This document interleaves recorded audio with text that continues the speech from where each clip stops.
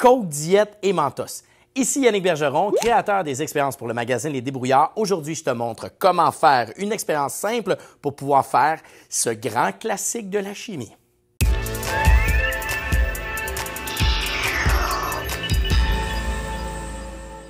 Pour réaliser l'expérience, voici le matériel dont tu auras besoin. Tout d'abord, on va utiliser de la boisson gazeuse. Pour ma part, j'ai utilisé le Coke Diète puisqu'il contient de l'aspartame et c'est beaucoup moins collant. Ensuite, les petites pastilles mentholées de marque Mentos. Ensuite, une paire de pinces, une perceuse électrique, une paire de ciseaux, une feuille acétate ou transparente. Ensuite, de la corde ou ficelle, du ruban adhésif électrique, quelques pics à brochette en bois et du ruban adhésif transparent. La première étape consiste à former un tube à partir de ton acétate et de ta paire de ciseaux de manière à pouvoir faire un tube qui va rentrer dans le goulot de ta bouteille. Donc, c'est très facile. Tu réduis la longueur de ton acétate à l'aide d'une paire de ciseaux comme ceci. Donc, c'est à peu près cette dimension-là que tu vas avoir besoin pour pouvoir réaliser ton tube. Ensuite, on roule notre rectangle de manière à pouvoir former un beau cylindre comme ceci. Voilà. Ensuite, on va se servir de notre bouteille dans laquelle on va retirer le bouchon pour vérifier le diamètre du goulot de la bouteille. Et ensuite, à l'aide de ruban adhésif, on va coller le tout, comme une espèce de petit entonnoir. Voilà. Et on met notre ruban adhésif sur le dessus. On retire légèrement et on va mettre un autre ruban adhésif vers le bas, comme ceci. Et un dernier en plein centre. Voilà. Une fois qu'on a fait ceci, on va solidifier le tout de manière à empêcher notre tube de couler dans le fond de notre bouteille en se servant de notre ruban adhésif électrique. Donc, une bonne longueur. On va faire quelques tours autour de notre tube de plastique. Donc, juste ici, on va se donner une bonne longueur. On coupe et on roule. Voilà.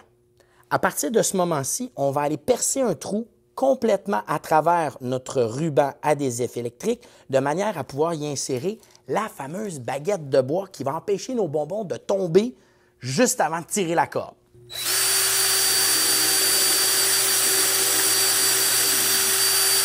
Voilà le petit trou dont je vous parlais. Ensuite, on replace le tout sur le goulot de notre bouteille. Et en servant de ruban adhésif électrique, on va venir coller le goulot et le tube ensemble pour que rien ne bouge lorsque vous allez tirer la corde.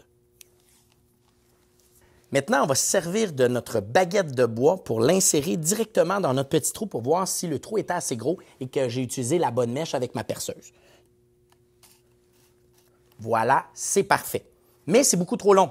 Donc, en me servant de la paire de pinces, je vais réduire la longueur. Maintenant, on va y ajouter la ficelle. Ce qu'il faut faire, c'est tout simplement enrouler la ficelle autour de mon petit morceau de bois et l'attacher avec du ruban adhésif. Voilà, le tout est en place et là, je me donne de la corde. Pourquoi? Parce que tantôt, je vais tirer sur la corde. Maintenant, on ajoute 7 bonbons mentholés Mentos à l'intérieur du tube. Là? Oui, là. Donc, j'en ajoute 1, 2, 3, 4, 5, 6 et un dernier pour la chance, 7 petits bonbons. OK, toi, tu vas transporter la bouteille d'or, pas moi. Oui, j'imagine, Éric, que je vais faire ça parce que si jamais je tire sur la corde par accident, eh bien, les bonbons vont tomber puis il va y avoir une réaction qui va se produire.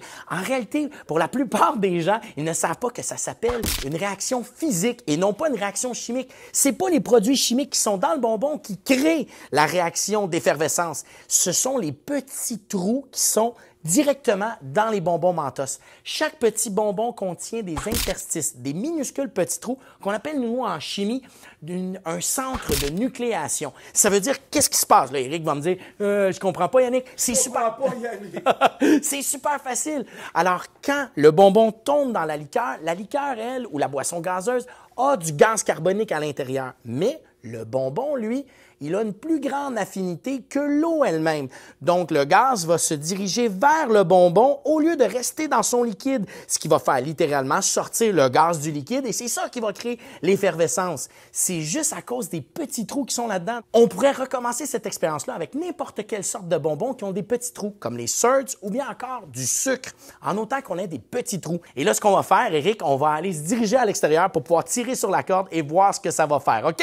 OK, mais tu transportes la bouteille. Pas de problème. Maintenant qu'on est à l'extérieur, j'ai pas préparé une bouteille, mais bien 3 bouteilles de boissons gazeuses avec les tubes et les bonbons Mentos. Tout ça est rattaché avec ma main et tout ce qui reste à faire, c'est de tirer dessus. Vous êtes prêts? Dans 3, 2, 1...